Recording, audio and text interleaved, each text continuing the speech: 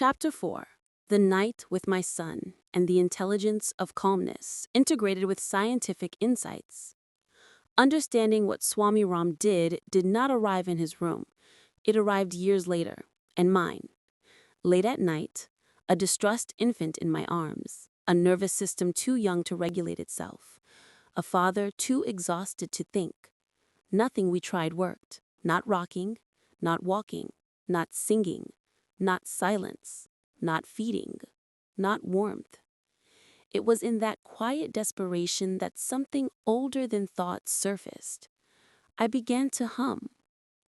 Not as a technique, not as a recollection, not as a plan, but as instinct, as memory in the body, as something given to me years before without my knowing. Before the sound reached my son, it reached me. My breath deepened, my shoulders softened, my heart rate slowed, my thoughts unclenched. Only then did his tiny body release its grip on distress. His breathing grew rhythmic, his eyelids softened, his muscles let go. He slept. In that moment, holding him against my chest, I understood something that had been invisible for years. Calmness is not a mood. Calmness is an intelligence, a physiological state the body enters when breath, vibration, and awareness align. This is what Swami Ram lived. This is what I had witnessed. This is what I finally embodied. The physiology of calming a distressed being. Developmental neuroscience tells us that infants cannot regulate themselves. They regulate through the caregiver's nervous system. This is not metaphor. This is measurable. Studies show that when a caregiver holds a distressed infant, the infant's heart rate synchronizes with the caregiver's. Cortisol levels drop, muscle tension reduces, breath begins to follow the parent's rhythm. Crying ceases in predictable patterns. This is known as co-regulation. It is the biological foundation of attachment. In 2013, research teams studying mother-infant bonding demonstrated that carrying a crying infant causes a rapid decrease in heart rate and movement, an ancient mammalian reflex. This reflex evolved so a mother could carry her young away from danger. But the mechanism underneath it is autonomic entrainment. In simpler terms, a calm nervous system teaches another nervous system how to calm. That night, my son borrowed my calmness, but only after I had found it. How humming reorganizes the adult nervous system.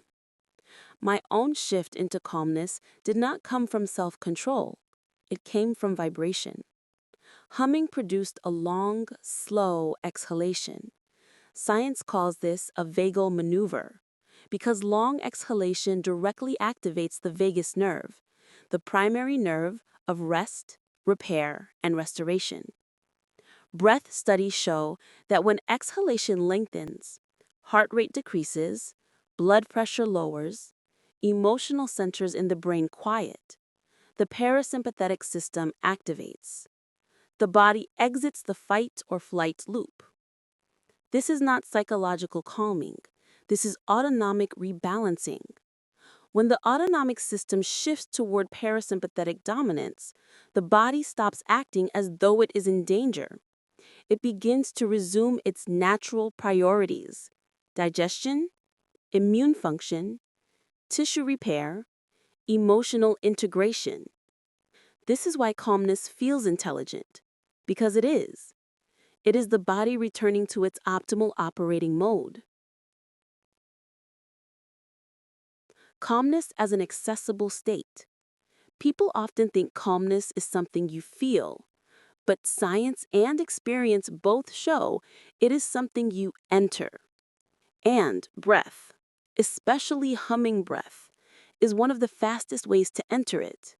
This is why meditation uses breath, why yoga begins with breath, why trauma therapy uses breath, regulation, and even animals calm through rhythmic breath-like sounds. Calmness is the physiological blueprint the body remembers when given the chance. What Swami Ram demonstrated. When I watched Swami Ram hum for long stretches, I did not understand the depth of what he was doing. He was not performing a technique. He was embodying calmness at a level that others could entrain too. He was showing what the human nervous system could become: coherent, grounded, regulated, precise, and steady. He was offering a living example of co-regulation for adults whose systems had not known safety in years. My son taught me this principle again. Healing travels through calmness. Calmness travels through breath. Breath travels through vibration. And humming is the bridge. The moment of recognition. That night with my son was the moment I realized I had inherited something from Swami Ram. Not in words, not in philosophy, but in nervous system memory.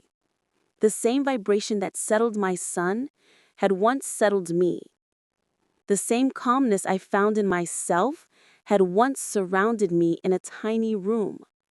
The same biology that science now measures had been demonstrated by him decades earlier. It wasn't sound healing. It was nervous system realignment. And it begins with one simple truth. The body heals best when it is calm. And calmness can be transmitted.